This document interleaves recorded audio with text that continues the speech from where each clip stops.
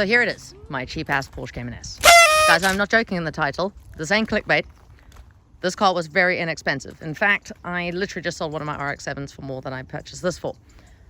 Doesn't mean it's a bad car, it just means there's a part of it that may require a little bit of attention. And by a little, I mean a lot. But we're going to get into that in a second. Firstly, overview, 2006 Porsche Cayman S, 3.4 litre, flat six, naturally aspirated mid-engine, rear-wheel drive, manual. Had to be manual. Don't bother buying the auto ones of these, you'll be so disappointed.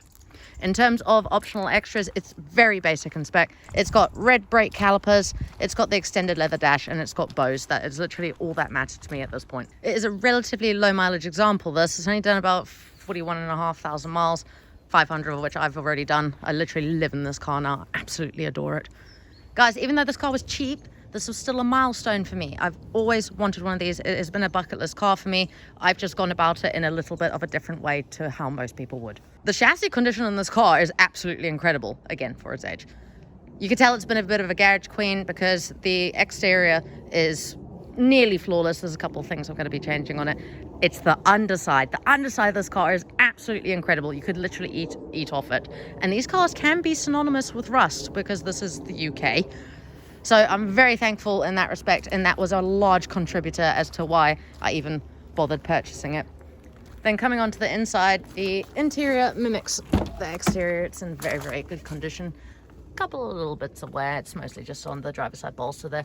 My only reservation with the Gen 1s is the fact that the interior is really outdated. When you see a Gen 2, which to be honest isn't that much better, but because everything's black on it, it just modernizes a little bit. The one thing that I give mad props to the previous owner for is swapping out to an aftermarket head unit and getting the little fascia surround that actually looks factory. The reason why I'm very thankful that he did it is because this has bows, it runs fiber optic cables. It's quite expensive to do, like 800 to $1,000 expensive. Ugh, fine, I'll tell you what's bad about it. Have you guys ever heard of this mythical thing called ball scoring?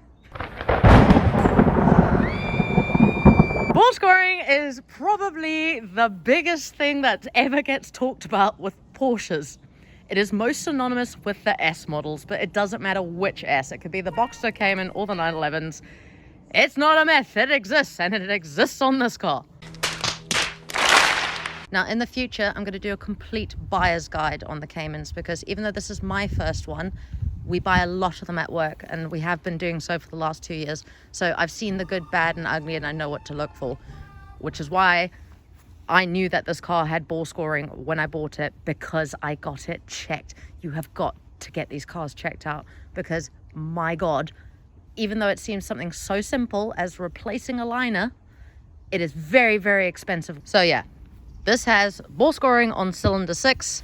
That is the most common cylinder for ball scoring to occur in these cars, and that's because it sits the furthest away from the water pump. Well, that is one of the contributing factors anyway. Now, at this point, I know a few of you will be thinking, why would you bother buying a car of this nature with an engine problem that substantial, knowing very well how expensive it is to rebuild? And that is because I have always wanted to own one of these cars, but I never had intentions of leaving it stock. I've researched a lot about them over the years, and they're actually very tunable cars. And I'm not one of those people that really goes into things half-hearted. If I'm going to do something, I'm going the whole 9 yards, and that is why this is going to turn into a fully forged twin-turbo build. I declare bankruptcy! So this should make a little bit more sense now as to why I went for a cheap one. Exactly. Not at all. Why would I pay a premium buying a car that's in very good condition with perfect compression and no scoring just to be pulling the engine out and forging it anyway? Check out the big brain on Project Money Pits. I'm going to be working with a company called BDS Performance. They are going to be doing all the engine work and all the modifications to this car. So yeah, guys, that's the plan with this one. Just adding it to the roster of other projects that I have yet to finish. 1, 2, 3, 4. But I am very, very excited to get involved with this. The next time you see it, it will be up on the ramp. We would have pulled the engine out of it, and I'm going to give you a rundown of some of the parts I've already bought. I got trigger finger and bought a lot of parts. So I'm going to give you a run through of what they are and the costs associated with them.